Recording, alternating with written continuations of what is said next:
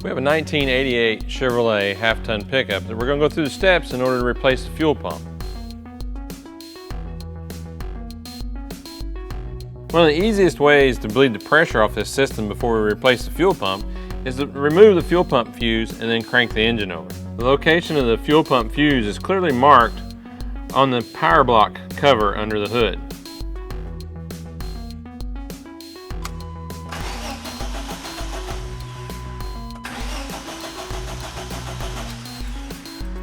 We always want to be sure and disconnect the negative battery cable before making any repairs. The first step we want to do is to remove the filler neck from the body. In order to do a proper fuel pump replacement, we need to clean the inside of the tank, and that will require the removal of the tank. Remove the tank straps in order to lower the tank. Lower the tank slightly in order to gain access to the fuel lines and electrical connection. Keep in mind, as we lower the tank, we'll have to work the filler hose over the top of the frame. One of the common problems with this model of vehicle, with the age that they're getting to, we end up with a lot of corrosion on the fuel lines. As you can see, when we lowered the tank on this particular application, the fuel lines broke. When that happens, the only option you have is to replace the fuel lines. With the tank slightly lowered, we can disconnect the electrical connection and the ground strap located on the frame.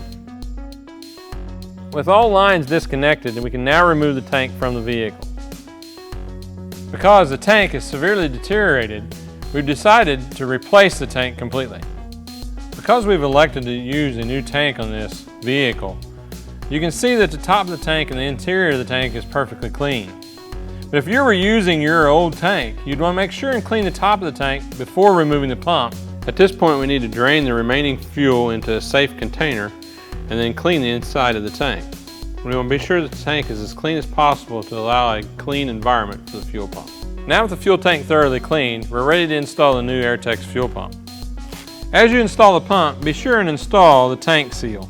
Also note the locating tabs on the top of the tank that correspond with the module assembly. The fuel pump hanger assembly is held in the tank by a locking ring.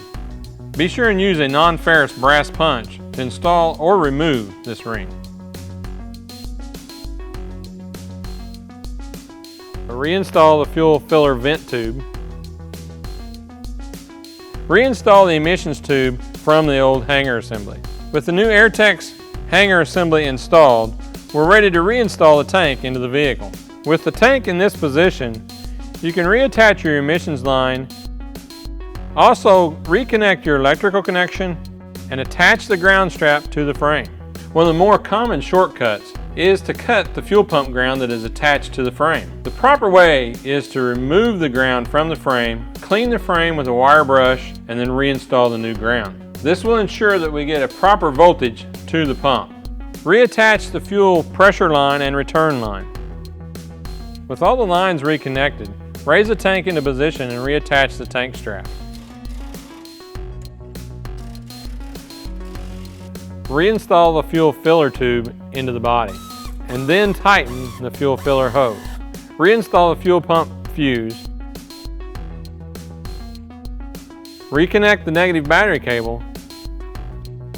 Cycle the key 2 to 3 times in order to charge the system and start the vehicle.